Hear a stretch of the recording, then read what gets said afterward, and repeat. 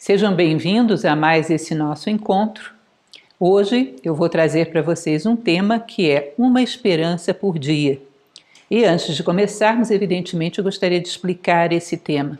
Recentemente eu tive contato com o trabalho da doutora Ana Cláudia Quintana Arantes, dois trabalhos que são a Casa Paliativa e a Casa do Cuidar.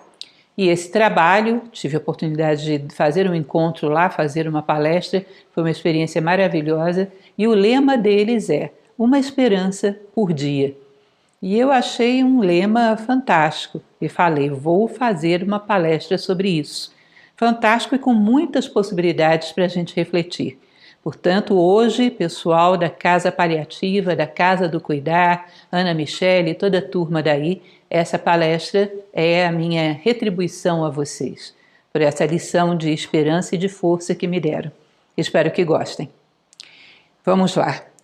Então, eu não vou entrar tanto e não vou dissecar muito o tema do que seja esperança, porque já existe uma palestra com esse perfil. Quem tiver interesse em esmiuçar a ideia da esperança, eu tenho uma palestra no YouTube da Nova Acrópole que se chama Esperança, questão de espera ou de ação. Portanto, aqui o meu intuito é outro. Nós vamos dar uma pequena retomada para ver um pouquinho só do sentido da palavra esperança, mas depois vamos tentar ver como poderíamos fazer para, de fato, conquistarmos uma esperança todos os dias, uma nova esperança todos os dias. Vamos lá? Então eu retomo com vocês que esperança vem do latim spes, que daí a origem mais antiga do proto-indo-europeu vem de spe, que significava expandir-se. E daí veio para nós, na língua grega também estava relacionada a spem, que é expandir, ou seja, de uma certa maneira, esperança, na sua raiz etimológica mais remota, está ligada a expandir as nossas possibilidades um pouco mais. Ou seja, expandir a nossa consciência. A esperança, ela traz um pouco do futuro para o presente. Portanto, dá uma possibilidade extra. Se eu estou num contexto onde dentro do meu panorama nada muito favorável é visto, eu posso, através da esperança, trazer um pouco do futuro para o presente, para que esse futuro possível comece a ser construído agora e para que me ilumine agora. Ou seja, um momento obscuro pode ser iluminado pelas experiências, pela esperança, pelas experiências que sonhamos num mundo futuro luminoso. Portanto, há um intercâmbio de dois tempos, que aquele que tem esperança tem um direcionamento, aquele que tem esperança tem um sonho e tem a motivação para alcançá-lo. É considerado uma das virtudes mais vitais para o ser humano. A vida é dual. Sempre teremos cumes e vales, sempre teremos situações nebulosas, situações luminosas. E a esperança nos permite caminhar sempre. Ela nos dá a possibilidade de fazer com que todo o território, por muito escarpado e difícil que seja possível de ser ultrapassado. Sempre há uma possibilidade de chegar do outro lado. Ou seja, ela é combustível para estradas difíceis, para estradas complexas, que nenhum de nós vai escapar a elas. Certo? Então, costuma-se dizer que a esperança é um fio que liga um presente obscuro a um futuro mais promissor. Traz um pouco da luz do futuro para o presente. Existe um escritor chamado Joseph Joubert que ele dizia que a esperança é um empréstimo que se faz à felicidade. Ou seja, você traz para esse momento a felicidade de qualquer outro momento da sua vida, do futuro ou até mesmo do passado. Porque no passado você pode ter atravessado outros caminhos árduos e ter alcançado novamente a luz. Portanto, isso também é um momento que pode te socorrer. É um empréstimo que se faz à felicidade, em momentos onde as circunstâncias não favorecem a felicidade de forma alguma. Ainda assim, você pode continuar de posse dessa mesma felicidade, através desse dom da esperança. Continuando, nós vamos ver, aliás, existe um ditado popular, que se diz que é de origem oriental, que diz que a esperança é um pássaro que canta na madrugada, lembrando que amanhã virá. Bonito isso, né? Interessante. Ou seja, um pássaro que canta na madrugada. Sei que parece um pouco utópico. Que pássaro é esse que canta na madrugada? Inclusive, um tempo atrás eu lia que os sabiás laranjeira começaram na cidade de São Paulo a cantar à noite, não sei se vocês leram isso. E as pessoas estavam meio desesperadas porque ninguém dormia, os sabiás cantavam a madrugada inteira. Parece que o ruído de São Paulo fez com que eles invertessem um pouco o seu ciclo biológico. Portanto, os paulistas que reclamavam dos sabiás não sabiam que eles eram da família da esperança. Cantavam anunciando o amanhã que estava por vir. A esperança é o único bem comum a todos os homens. Aqueles que nada mais têm ainda a possuem. Isso é uma frase do filósofo Tales de Mileto, que é considerado o primeiro filósofo do ponto de vista ocidental. Ele diz, então, que a esperança é o único bem comum para aqueles seres humanos que são destituídos de qualquer outro. Ou seja, quem não tem nada ainda tem a esperança. E esse fio é como se você fosse um náufrago que tem diante de você uma corda que do outro lado está presa à terra firme. Ou seja, você não está destituído de tudo. Você tem um fio que te leva à terra firme. Você tem um fio que te leva até um território mais seguro. Portanto, você não está perdido quando tem esse fio condutor. Lembra Pandora. É interessante porque é um dos mitos clássicos gregos, que acho que alguns conhecem. Pandora é uma mulher que foi esculpida pelos deuses gregos e é mandada à terra, e essa mulher é desposada por Epimeteu. E quando os dois se casam, ela trazia consigo um jarro, já eu explico isso. Ela trazia um jarro que num determinado momento ela o abre, embora tivessem pedido que ela não abrisse esse jarro, foi um presente de Zeus, ela abre e, segundo se diz, todos os bens que estavam presos ali, que eram os dons que Zeus teria mandado para a terra, fogem, escapam, mas fica ali apenas a esperança. Que a esperança aponta o caminho para que você suba ao mundo onde esses dons vieram e possa recuperá-los e trazê-los novamente à terra. Eu sei que a história que vocês conhecem não é assim, mas a verdade é que a história sofreu várias distorções ao longo do tempo. Dizem que foi, por exemplo, a transcrição de Erasmo de Roterdã que confundiu o grego com o latim e traduziu a caixa de Pandora ao invés do vaso de Pandora. Na verdade, o que ela trazia era um pitos, um grande vaso de barro. E o próprio nome dela indica isso. Pandora significa todos os dons, todos os presentes. Todos os dons divinos foram colocados dentro daquele vaso. E Zeus mandou aquele vaso ao mundo para que os dons do céu viessem à terra. Mas o homem, quando experimenta desses dons, experimenta fugazmente, agora sente necessidade deles e vai correndo atrás deles no seu plano natural. E para isso conta com uma preciosa aliada, que é a esperança. Portanto, a ideia de Pandora, do mito de Pandora, seria: se você provou do verdadeiro amor, agora a tua esperança vai te permitir correr atrás dele o resto da vida. Se você provou da verdadeira justiça, da verdadeira bondade, a tua esperança vai te permitir correr atrás dela o resto da vida, até estar no mesmo plano em que ela vive, que é quando elevamos a nossa consciência e chegamos ao plano dessas virtudes verdadeiras. Ou seja, é um mito que trata especificamente da esperança, como caminho para nos conduzir à plenitude das virtudes humanas. Bom, a boa consciência conduz à esperança. A má consciência conduz ao desespero. Essa é uma frase de Santo Agostinho nas suas Confissões. A boa consciência conduz à esperança, a má consciência conduz ao desespero. Observem, a etimologia de desespero também é spes, a mesma raiz de esperança. Spes, que é exatamente esperança, quando você coloca esse prefixo des, significa sem esperança. O desespero é exatamente aquele cidadão que já não é capaz de visualizar a luz no final do túnel, que já não é capaz de visualizar essa corda salvadora que pode levá-lo à terra firme. O desespero é, basicamente, em termos etimológicos, a incapacidade de nutrir esperanças. É a consequência natural dessa perda, dessa capacidade tão necessária para nós. Continuando, existe uma quadrinha popular, não é bem uma quadrinha, um verso popular com algumas estrofes que fala sobre algo que eu acho muito interessante. Os nomes dos dias da semana. E faz um jogo de palavras entre esses nomes e uma razão para você estar esperançoso.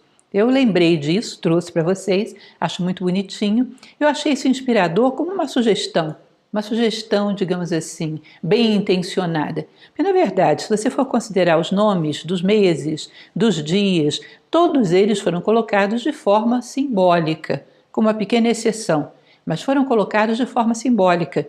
Ou seja, quando você fala de lunes no espanhol, você está se referindo à lua, tem algum simbolismo na lua. Não é essa lua que está brilhando aí no céu. É algum tom que originalmente eles queriam que a sua segunda-feira tivesse. Ou seja, esses nomes simbólicos, um símbolo. Deixa eu ver se eu consigo explicar essa ideia para vocês. Se eu tenho um vaso aqui, que ele tem uma pintura simbólica, ele representa algo na mitologia, todo símbolo ele tem mais do que existência. Ele tem representatividade. Ele está aqui, mas ele aponta para uma coisa que está em outro lugar. Não sei se recordam uma ocasião, numa palestra, onde eu narrava que naquele dia tinha estado numa loja de objetos de decoração. Uma grande loja. E essa loja repleta de objetos de decoração. E naquele dia eu saí de lá muito desanimada, porque não havia um objeto que fosse simbólico. Isso para um filósofo é uma coisa bem... porque decoração nada mais é do que decore, trazer à tona o coração das coisas. Então tinha vasos de Murano, retorcidos, de várias cores, mas aquilo ali não representava absolutamente nada. E um conjunto enorme de coisas desse tipo, sem nenhum conteúdo simbólico. Eu falei, tudo muito caro, muito bem trabalhado, mas não levaria nenhum desses objetos para minha casa.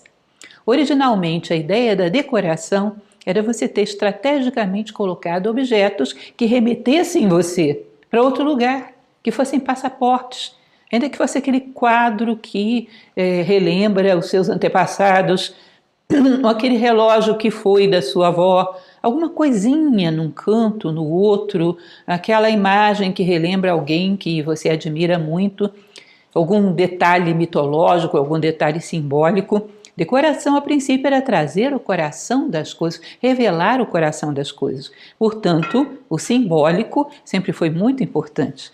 O nosso é um momento histórico que ignora isso. Quando tem alguma coisa simbólica na casa de alguém, também já me aconteceu isso. Por isso eu recomendo, não me convidem para ir na sua casa, porque quando chega, às vezes tem um objeto simbólico ali e você pergunta o que isso transmite para você. E a pessoa nunca lhe ocorreu de fazer uma pergunta dessa. Escolheu aquele objeto porque combina com a cor do sofá. E na verdade os símbolos falam. Eles relembram a vocês coisas muito importantes. A mim, amo símbolos, porque eles têm uma mensagem. E quando você sabe lidar com eles, eles são estratégicos, porque eles relembram coisas que você precisa relembrar. E eles se tornam teus aliados. Portanto, saber trabalhar bem com eles é muito interessante. Então, eu tive uma ideia muito peculiar, que peculiar para os dias atuais, no passado seria óbvio, que é da gente associar a necessidade de a cada dia que você acorda criar uma nova esperança com o convite que aquele dia faz ao longo das eras, ao longo de tantos povos que nomearam os seus dias simbolicamente. Aí, como falei para vocês, trouxe esse pequeno poeminha popular que diz o seguinte: domingos, manhãs silenciosas, segundas, cuidar dos jardins. Às terças escrevo em prosa, às quartas eu guardo para mim. Às quintas há aves famintas, às sextas escolho as rosas, que aos sábados dou aos afins. Ou seja, todos os dias tem alguma coisa que o dia me sugere fazer. É uma quadrinha, uma coisa muito simples, mas talvez aqui haja um segredo. Aliar ao simbolismo do tempo necessidades nossas. Nós necessitamos de uma esperança por dia. Todos necessitamos. A esperança é um combustível para nos movimentarmos, mesmo em estradas muito esburacadas e complexas ou escarpadas, como falávamos antes. Ele é um combustível que permite que a gente não se detenha. Por que não pegar as características do tempo, pensadas ao longo de tantas civilizações, e fazer disso um chamariz para a nossa esperança? Eu trouxe essa proposta, mas eu espero que cada um de vocês possa observá-la e também talvez criar a sua, que não tenha nada a ver com isso. Mas pegar o simbolismo de cada dia, de alguma forma, para ajudar você a criar esperanças próprias daquele dia. Se existe uma coisa complexa, e falamos muito sobre isso na filosofia, é o momento de abrir os olhos pela manhã e pensar: Para que um dia a mais? Onde eu quero chegar com tudo isso? O que esse dia vai significar na minha vida? Esse é o momento crítico onde a esperança é vital. É uma questão de vida ou morte. Ou ela te coloca para fora da cama, ou você vai sair empurrado e vai passar o dia empurrado pelas circunstâncias, pela pressão das circunstâncias e da necessidade, que com certeza não é uma forma humana de viver um dia. Seja a melhor forma que você abre os olhos, que a esperança daquele dia venha te recolher, venha te ajudar a sair da cama e venha te conduzir pelo dia fora. Portanto, eu trouxe para vocês um pequeno exercício de imaginação, que eu espero que seja útil. Nos contos de fada, que também gosto tanto de falar e também já tenho palestras sobre isso, né? O simbolismo dos contos de fada, é uma coisa interessante vocês observarem um traço comum, sempre tem um desafio. Inclusive Joseph Campbell, nos seus livros sobre mitos, ele fala sobre coisas parecidas, sempre tem um desafio. Então o príncipe chega lá, o rei vem pedir a ele que salve a sua filha, que foi aprisionada por um dragão ou está presa por uma bruxa. Tem um desafio colocado logo no início. Quando você se compromete com esse desafio, que é o teu sentido de vida, e esse desafio é algo nobre, justo e bom, e você se coloca caminhando na direção desse desafio, no meio do caminho vão aparecer as armas mágicas. Então o príncipe vai lá para enfrentar um dragão. Ele é um garotote imberbe, em cima de um cavalinho que nem é tão bom assim, e vai para enfrentar um dragão. A sua disposição, o seu ânimo de realizar essa gesta heróica faz com que no meio do caminho vão aparecendo as armas mágicas que vão aflorando e vão ajudando que ele chegue ao seu ponto de enfrentar a dificuldade armado até os dentes. Então ele vai encontrar aquele velhinho que ele dá um pouco d'água do seu cantil e o velhinho dá para ele uma palavra mágica, uma arma misteriosa, aquele pássaro que revela para ele o segredo da invisibilidade ou aquela espada que estava cravada na pedra. No meio do caminho vão aflorando os seus poderes latentes. Ou seja, cada um desses obstáculos e desses elementos que o ajudam no meio do caminho são símbolos de algo que renovou para esse herói as suas esperanças. E é basicamente alguma coisa que a gente pode reproduzir na nossa trajetória, né? Então, encontramos pelo caminho poderes internos e aliados externos, à medida que nos dispomos a chegar a um sonho de vida que justifique uma vida humana, algo nobre, justo e bom.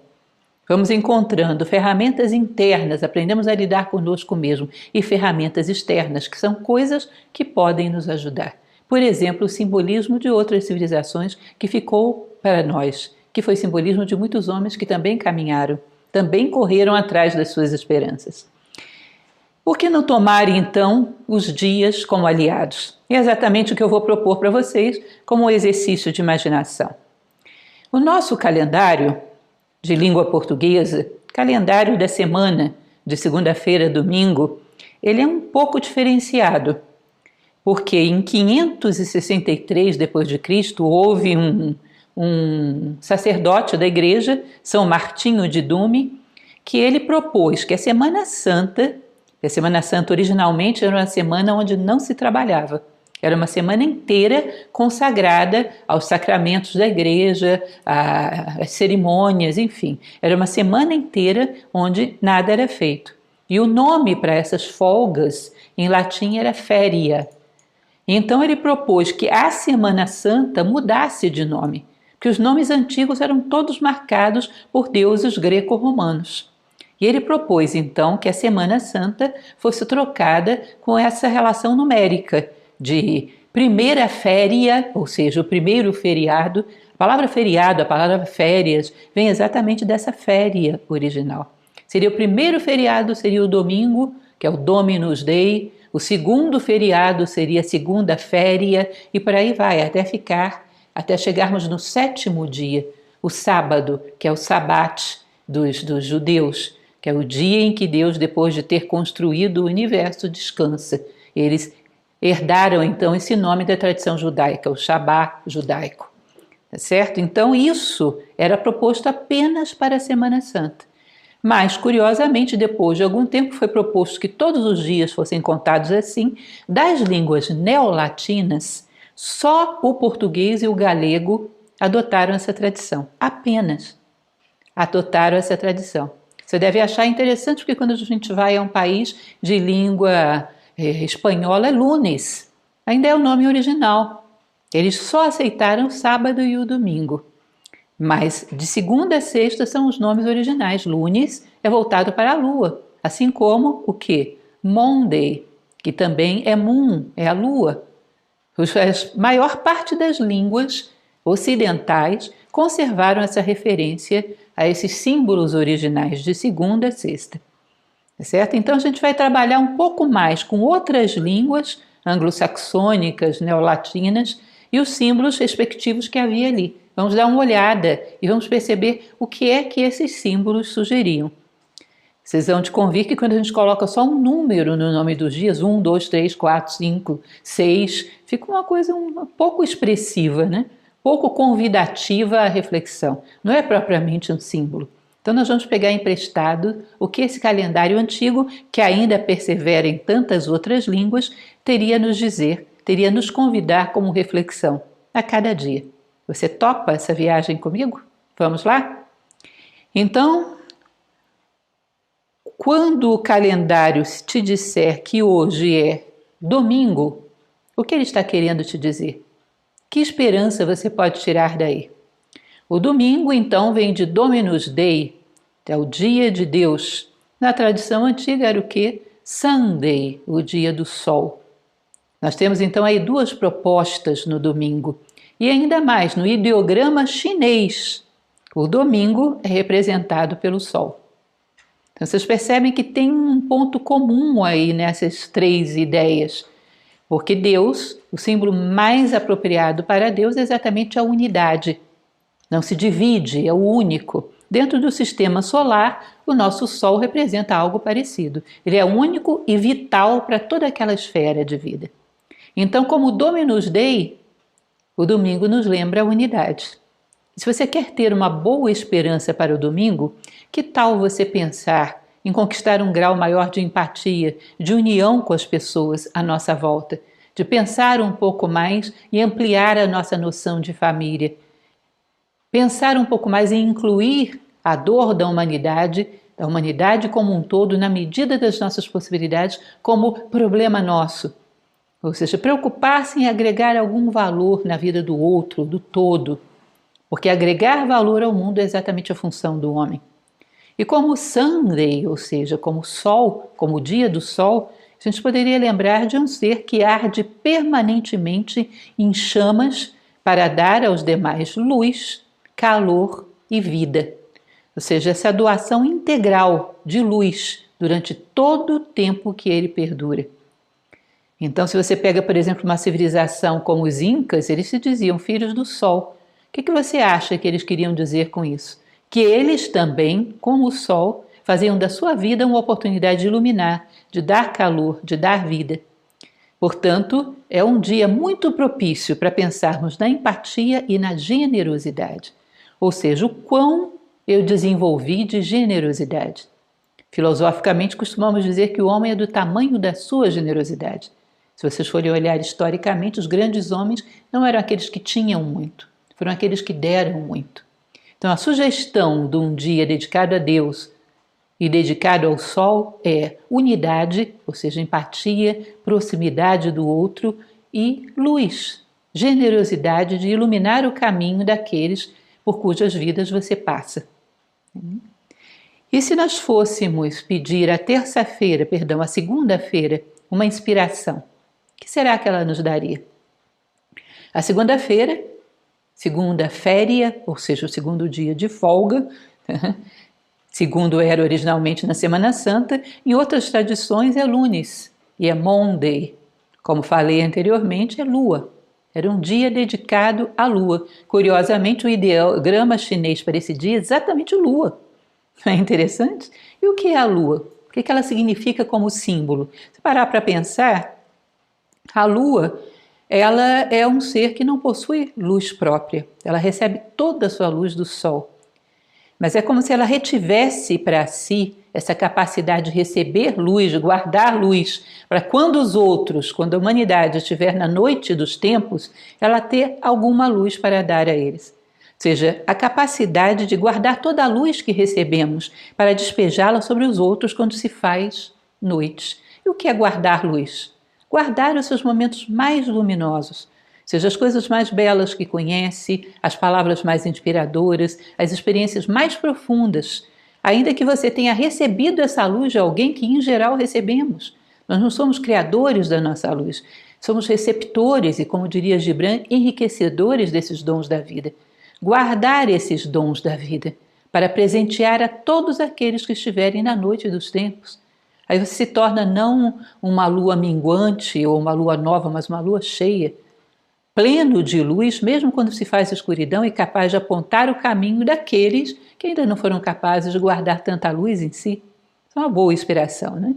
Dentro da mitologia nórdica, esse era o dia de Frigg, ou Fricka, que era a esposa de Odin, era semelhante a uma Hera da tradição greco-romana. Juno ou Hera. Ela era a deusa da fertilidade, do amor e da união, protetora da família, das mães e símbolo de doçura. Portanto, uma mãe, um símbolo de doçura, também é aquela que gera e acalenta a vida, ou seja, é capaz de gerar e acalentar e dar vida às esperanças alheias. Ou seja, parece que segunda-feira, tanto sobre o aspecto da lua, quanto para o aspecto de Fricka, quanto o aspecto do ideograma chinês, é um dia para você se preocupar em acalentar as esperanças dos outros e em doar aquilo que você tem de melhor quando se faz maior escuridão. Que você seja um referencial.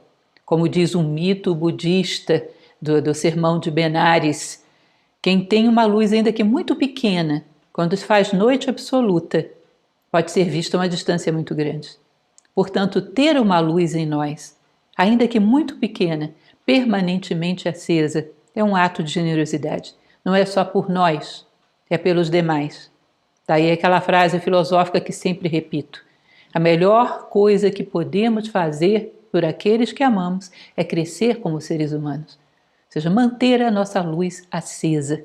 Seja, segunda-feira é um dia que nos lembra isso, que há que guardar luz em nós. Há que manter a nossa luz acesa, não apenas por nós, mas por aqueles que estão completamente mergulhados na escuridão. É a esperança que esse dia oferece.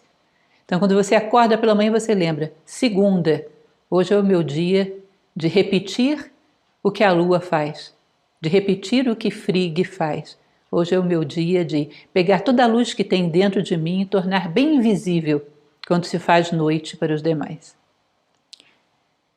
E quando o calendário te diz que é terça-feira, o que ele está querendo te dizer com isso? Será que dá para pegar algum simbolismo útil daí? A terça-féria, ou seja, o terceiro dia de folga. Em outras línguas é martes, no espanhol, né? É Tuesday, em inglês, que é o dia de Tyr, na mitologia nórdica. Bom, em primeiro lugar, Ares Marte, que é o dia que inspira a terça-feira espanhola, é um deus greco-latino da guerra. Ares na Grécia, Marte em Roma, é aquele deus bélico que defende o Olimpo, que defende aquela civilização. Marte era considerado um dos protetores, um dos pais de Roma, se não o principal pai, ou seja, o protetor, aquele que é guardião nas situações de atrito, nas situações de guerra. E se você pega na mitologia nórdica o deus Tyr, havia duas famílias ali de Ases e Vanes entre os deuses, ele era da família dos Ases e ele era correspondente ao combate no céu. Ele era o representante do combate pela luz, o guardião dos juramentos e por isso patrono da justiça. É interessante porque ele era considerado tão corajoso, tão guerreiro, que um dia ele vai enfrentar um grande lobo, Fenrir, e para evitar que Fenrir devorasse Odin, que era o pai dos deuses, ele é capaz de tomar uma corda e colocar a sua mão dentro da boca do lobo, para que o lobo engolisse essa corda e ficasse preso, e ele perde a mão nisso, para defender o Valhalla. E é considerado, então, defensor do Asgard, um deus guerreiro. E se você for pegar no ideograma chinês, a terça-feira é o dia do fogo. Você está vendo que terça-feira é um dia de combate, de batalha. Que tipo de batalha? Que tal a batalha interior? Que de vez em quando a gente tem que lembrar de ir lá e travar novamente. Terça-feira é um dia perfeito para você lutar contra formas mentais e emocionais de desânimo, de revolta, de egoísmo, sentimentos de injustiça e todas essas coisas que te paralisam, te enchem de sentimentos negativos e minam as tuas forças para ir adiante. Porque quando nos sentimos assim, não queremos crescer, queremos vingança. Nos sentimos revoltados, isso nos imobiliza. Ou seja, terça-feira é como se fosse o grande dia da faxina, onde fazemos a guerra interior para jogar para fora de nós. Todos esses invasores, todos esses estrangeiros invasores da nossa pátria de esperanças. É o dia de limparmos tudo aquilo que mina o nosso esforço, mina o nosso protagonismo e a nossa capacidade de caminhar na direção dos nossos sonhos. É interessante porque ainda no Egito, um livro que eu aprecio bastante, que são as Máximas de Ptah-hotep, Ptah-hotep fala das manhãs, ele não fala especificamente num dia da semana, perdão, mas ele diz das manhãs, que quando Ra, o sol, vem amanhecendo, a primeira coisa que ele tem que fazer é combater contra as trevas, naquilo que ele chama do lago de fogo. Ele diz, levante cedo, vá lutar ao lado de Ra contra as sombras. E as sombras não ameaçam só o sol, te ameaçam também. Ou seja, levante-se cedo, vá lutar junto a Ra no lago de fogo contra as sombras para que elas retrocedam. Portanto, você está vendo aí que essa ideia da guerra interior é comum em várias tradições do passado. E em algumas, muito especificamente nesse dia de Tyr, nesse dia de Ares Marte. Então, essa é uma boa tônica para a sua esperança. Esperança, terça-feira é dia de faxina. Quarta-feira, quando o calendário te diz que é quarta-feira, que esperança a gente poderia tirar dessa informação que ele nos está dando? Bom, quarta-feira no espanhol é miércoles, Wednesday no inglês, não é isso? Miércoles vem de Mercúrio. Mercúrio é um deus mensageiro. Mercúrio, que lá na tradição grega era o Hermes, é um deus que comunica céu e terra, é o comunicador, é o intermediário. E ele também é aquele que tem o dom da palavra. Exatamente por ser mensageiro, ele tem que ter o dom da palavra, de levar para lá e para cá as mensagens da terra para o céu, as mensagens do céu para a terra. Não é qualquer palavra, a palavra válida, a palavra sagrada, a palavra que comunica os dois mundos. Até quem gosta de astrologia costuma dizer que os signos regidos por Mercúrio, por exemplo, os Gêmeos, são um grande tagarela e falam bem, porque tem esse dom da palavra mercuriano. Não estou dizendo, por favor, geminianos, não achem que eu estou querendo ofendê-los, mas é o que se diz. Exatamente porque Mercúrio tem esse dom. E dentro da mitologia escandinava, é o dia de Odin. E Odin era considerado dentro do Asgard, dentro do Valhalla, o pai de todos os deuses, chefe dos deuses Ases. E quais eram os atributos de Odin? Sobretudo, a sabedoria, a profecia, a magia e a poesia. Ou seja, era também a capacidade de usar bem o seu conhecimento, expressá-lo bem. Vejam bem, a poesia. Diz que Odin era um ser que amava tanta sabedoria, o conhecimento, e o conhecimento exatamente trazer ideias do céu das ideias para a terra, exatamente a representação simbólica da verdadeira sabedoria, comunicar dois planos, não é isso? Ele amava tanto o conhecimento que um dia ele deu um olho no poço de Mimir, para poder enxergar coisas que ele ainda não via, para poder ler as runas, poder saber do futuro, conhecer um pouco mais a condição do mundo em que ele vivia e dos seres que aí viviam. E é muito parecido com o mito de Horus, que perde um olho físico e conquista um olho metafísico. Ou seja, ele é capaz de ver no plano sutil e no plano material, no plano metafísico e no plano físico. Ou seja, era um sábio. Tinha essa capacidade de trazer essa sabedoria à criação. Era também, de uma certa maneira, parecido com o papel de Mercúrio. E aliás, também no ideograma chinês nós temos água, é o dia da água, que a água é um símbolo muito claro, basta você imaginar a água correndo, está muito relacionada à energia. E a grande energia que flui é sempre uma energia vertical, que flui do céu para a Terra. Até mesmo quando vamos, às vezes, gerar energia, sabemos que as quedas de água são muito boas para isso. Ou seja, a energia se dá muito num campo vertical. Das ideias vem para o homem a verdadeira energia, a energia humana, a energia que propulsiona o mundo humano, vem do plano das ideias de que falava Platão. Então, é o dia da água, é o dia de Odin, é o dia de Mercúrio. O que isso poderia nos inspirar? Essa ideia da palavra bem colocada, a palavra que comunica dois mundos, que traz verdades profundas e não apenas quantidade de informações, mas coisas profundas, que comunica aquilo que os gregos chamavam de eros logos, a palavra sagrada. Então, esse é um dia de saber se comunicar, de falar palavras com sabedoria, de falar aquelas palavras que trazem alguma diferença ao mundo, que aportam algum fôlego àqueles que estão por aí tentando caminhar e que às vezes precisam só daquele empurrãozinho. Aquela motivação, aquele sentido que eles não estão vendo, precisam relembrar quem eles realmente são, precisam relembrar dos seus sonhos. Aquela palavra, como diz o Dhammapada budista, mais do que 1000 palavras sem sentido, vale uma única palavra que traz consolo a quem ouve. Ou seja, uma única palavra que traga consolo a quem a ouve. Você já disse a sua? Nós podemos ver na quarta-feira um dia da comunicação, de não simplesmente falarmos, tagarelarmos, mas trazermos à tona a palavra sagrada. Aquela palavra que é capaz de fazer diferença no mundo, como se fosse uma música, você faz aquela nota que faz com que tudo se harmonize. Aquele instrumento de uma orquestra que enriquece muito o conjunto, aquele som, aquela nota que você veio trazer ao mundo, que tem muito a ver com a nossa essência, com aquilo que realmente somos. Cada um de nós é uma nota única e irrepetível. E sem ela, o mundo seria menos melodioso. Portanto, quarta-feira é um excelente dia para a palavra válida, para a palavra profunda, que as nossas conversas não sejam apenas banalidades, e também para a sabedoria, para a busca da sabedoria. Portanto, uma excelente proposta para estimular as suas esperanças na quarta-feira, além da palavra correta, é aprender uma coisa nova. Procurar observar o teu dia e aprender algo que te aproxime um pouquinho da sabedoria, que te permita viver um pouco melhor. Um pequeno aprendizado simbólico na observação de si próprio, na observação da vida à tua volta, ou seja, uma coisinha eu vou aprender no dia de hoje, porque hoje é um dia voltado para a sabedoria. E uma palavra acertada, correta, profunda vai ser pronunciada. Alimente a sua esperança com isso. Quarta-feira te convida para isso. Eu acho um bom convite. Vamos lá? Quinta-feira. Quando o calendário te diz que é quinta-feira, o que é que ele está te sugerindo?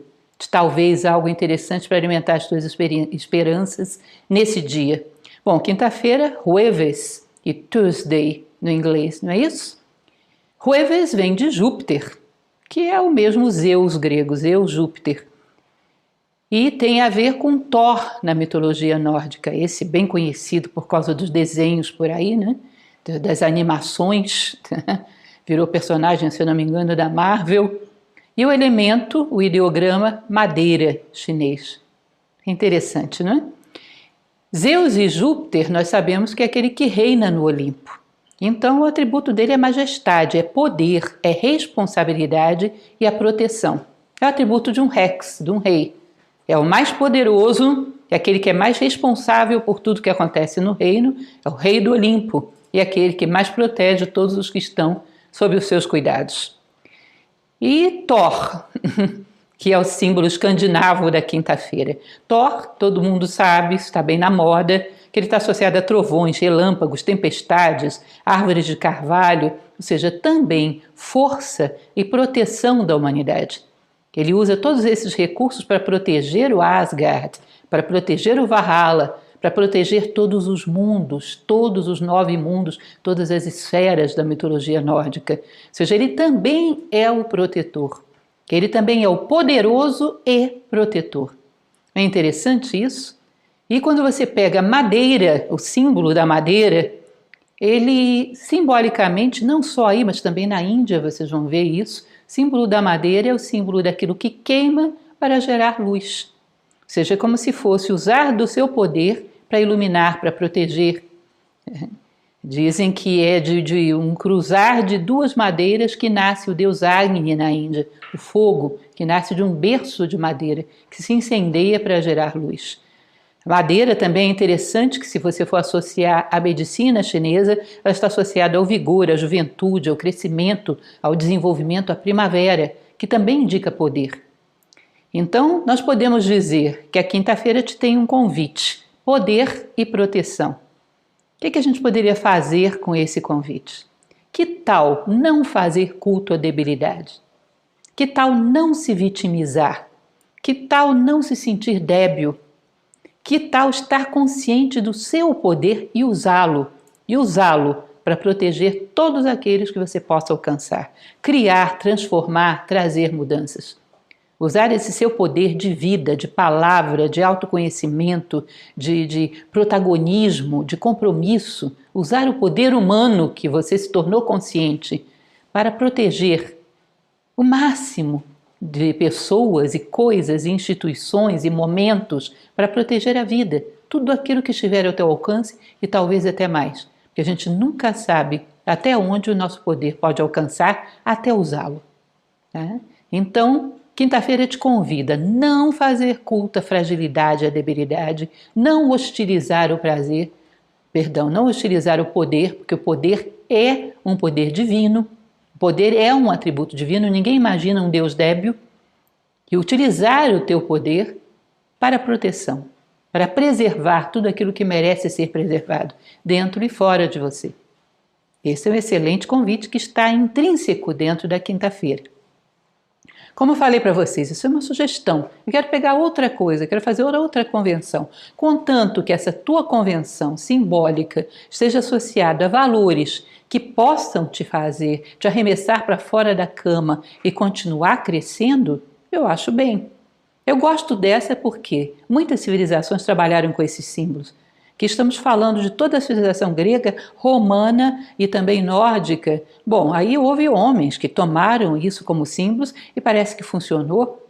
E, sobretudo no mundo greco-romano, a herança civilizatória que eles nos deixaram é grandiosa. A mitologia nórdica também é maravilhosa, ou seja, funcionou para muitos homens, então eu acho interessante. Honestamente, eu gostaria que a gente pudesse revertir esses conceitos antigos com nomes modernos, que ficassem mais fáceis para nós. Ou seja, revestir o poder, a comunicação, cada um deles a empatia, com imagens, com símbolos que fossem mais atuais, mas a gente não tem. A verdade é que a nossa civilização que constrói aviões a jato, que constrói naves que vão à Lua e até mais longe, ela é muito ruim para construir símbolos próprios. Então, símbolos emprestados que funcionaram bem. Eu gosto de trabalhar com isso porque, para mim, me sugere, alguém já testou, alguém já experimentou e deu certo. Mas você é livre para criar os seus próprios símbolos. Isso é apenas uma sugestão. Né? E a sexta-feira?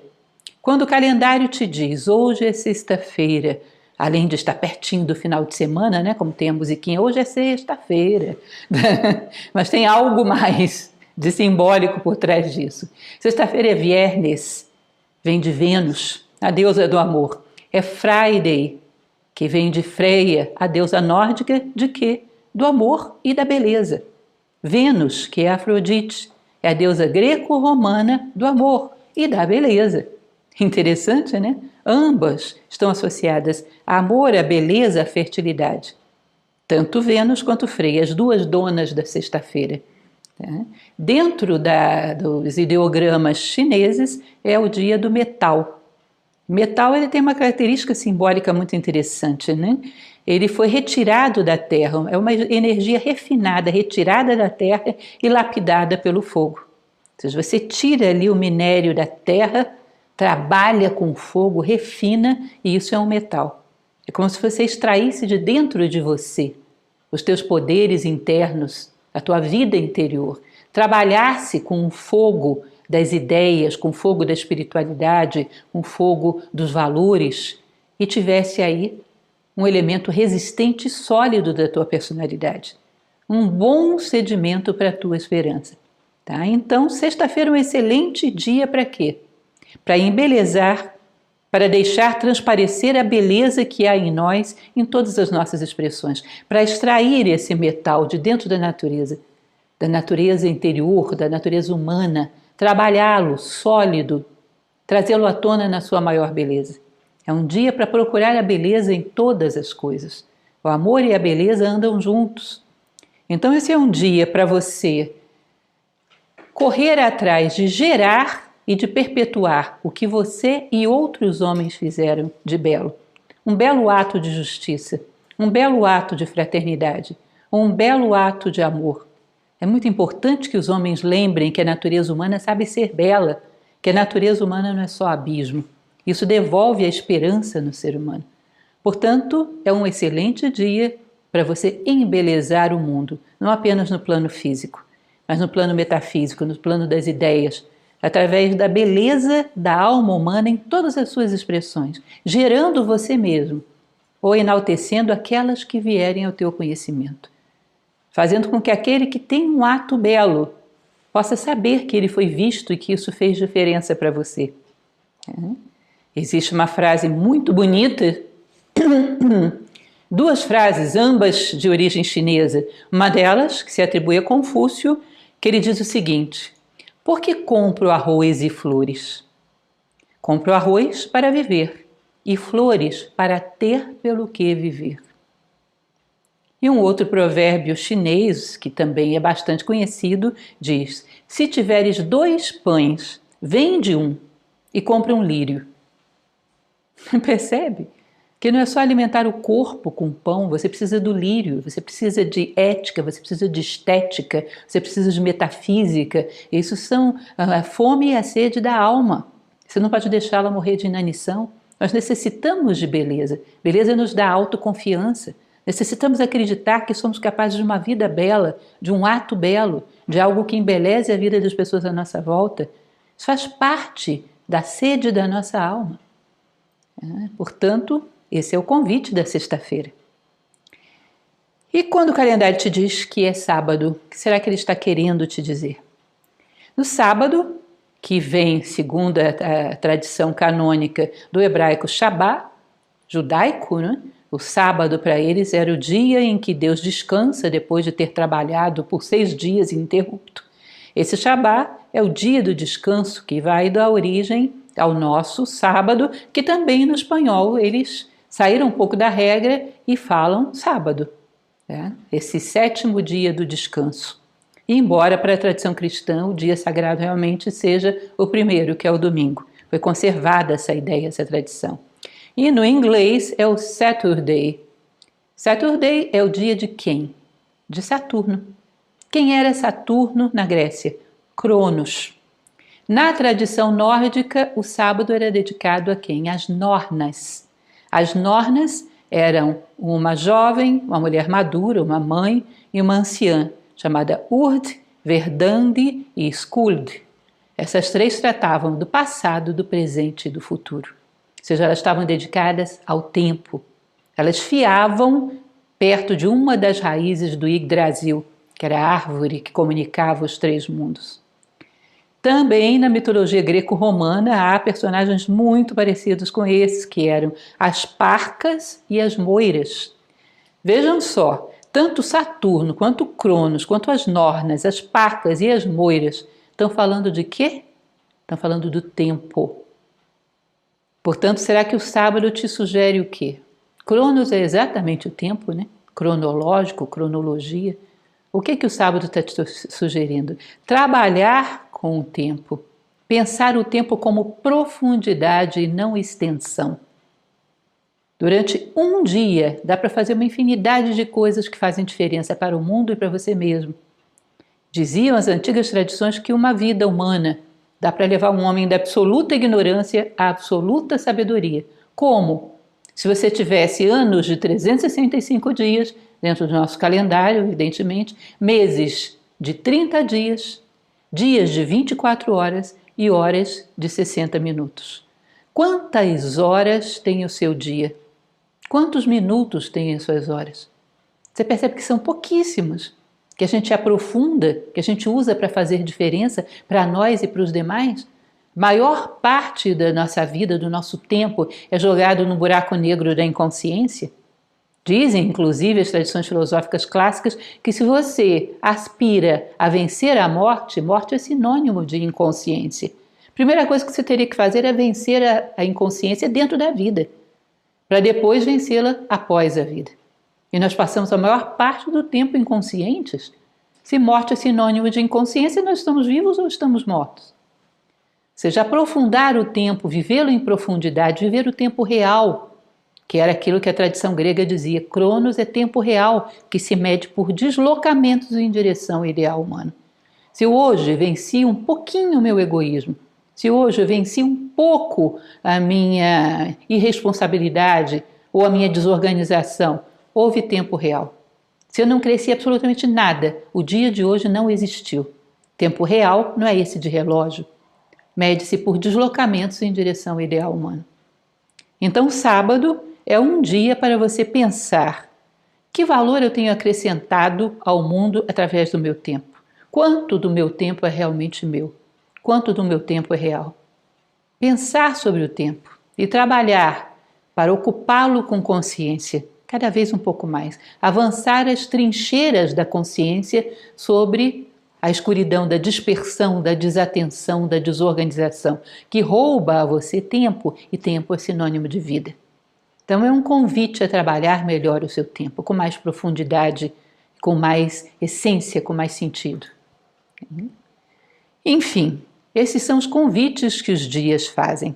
Como falei para vocês, podemos tomar isso como uma referência e usar isso para pautar as nossas esperanças ou não, ou criar um código próprio. Mas o fato é que há que criar símbolos, porque os símbolos existem para isso, para ajudar a propulsionar as nossas esperanças todos os dias. Uma esperança a cada dia. Ou mais, sem problemas. É interessante porque eu falei para vocês, esperança vem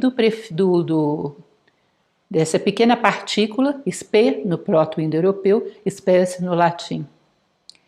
Quando alguém trabalha a favor das suas esperanças, como é que a gente chama isso? Ele está a favor, pró-spes. O que dá isso? Prosperidade. O próspero é aquele que trabalha a favor das suas esperanças, sabiam? Não é aquele que tem a maior conta bancária do mundo e está no top da revista Exame. O próspero é aquele que sempre trabalha a favor das suas esperanças. Portanto, também dá para você se perguntar isso: eu sou uma pessoa próspera? Em que direção estou trabalhando? Em que direção estou usando o meu potencial, o meu poder, a minha força, o meu tempo, os meus sentimentos, os meus pensamentos, todo o meu potencial? É interessante, existe uma ópera, eu sou amante de ópera, já falei isso para vocês várias vezes, gosto muito. Existe um poema de Schiller que foi transformado num libreto e virou uma ópera, que é Turandot. Eu gosto mais disso, acho o máximo. Muito resumidamente, Turandot era uma princesa que não queria se casar com ninguém, o pai dela, meio desesperado, obrigou ela a chamar príncipes para escolher qual deles era digno da mão dela. E ela, muito cruel, ela resolve que todos aqueles pretendentes que quisessem desposá-la teriam que responder a 3 perguntas. Se eles fracassassem, seriam executados. E era uma prova terrível, então os pretendentes já sabiam que era quase um suicídio tentar a mão de Turandot. Mas como ela era tão bela e tão poderosa, alguns se aventuravam. E houve então um príncipe chamado Calaf, apaixonadíssimo por ela, ousa tentar. E ele consegue responder as suas 3 perguntas. E a história se desenrola toda em torno disso. Aí vem aquela área que talvez vocês conheçam, o Nessun Dorma, vem na continuidade desse momento. Mas o que eu quero trazer para vocês é uma das perguntas que Turandot faz a Calaf. E ela pergunta o seguinte: qual a sombra que nasce todas as noites e só nos deixa pela manhã? Qual é esse fantasma noturno, essa sombra que nasce todas as noites e só nos deixa pela manhã? E Calaf responde: é a esperança. Percebam que toda vez que se fizer noite, vai haver essa sombra luminosa por aí. Estará conosco o tempo todo, até que amanheça. Não vai nos abandonar. Essa é a esperança. E, portanto, é fundamental tê-la para quem quer ter a certeza de que vai conseguir atravessar a noite. As pequenas, médias e grandes noites que nos cabe atravessar na nossa vida. Aristóteles Tem uma frase muito interessante que é citada por Diógenes Laércio quando fala dele, a vida dos filósofos ilustres, que diz o seguinte: a esperança é o sonho do homem acordado.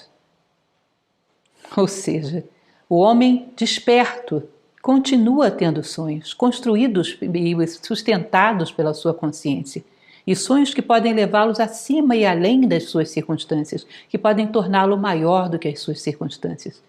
O nome desse sonho, que se sonha acordado, é esperança.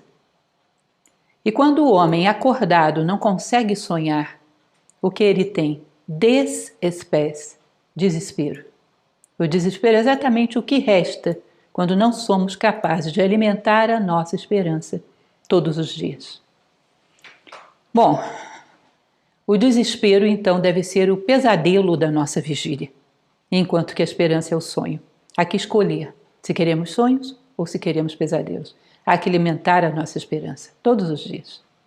Isso que eu trago para vocês como reflexão. Eu espero que tenha deixado claro como a vida está lotada de símbolos e convites que, se a gente sabe aceitar, caminham junto conosco e nos ajudam a caminhar. Para isso existem os símbolos. Eles não são só presença, repito, eles são representação de algo que não está ali, que está em outro lugar. E que pode, se nós seguirmos a sua trajetória, levar para que nós caminhemos também na direção desse outro lugar, levar-nos de volta também a esse outro lugar, mais além, mais alto, mais luminoso. Portanto, agradeço muito a todos vocês e um abraço muito especial para o pessoal da Casa Paliativa. Esse é um presente para vocês.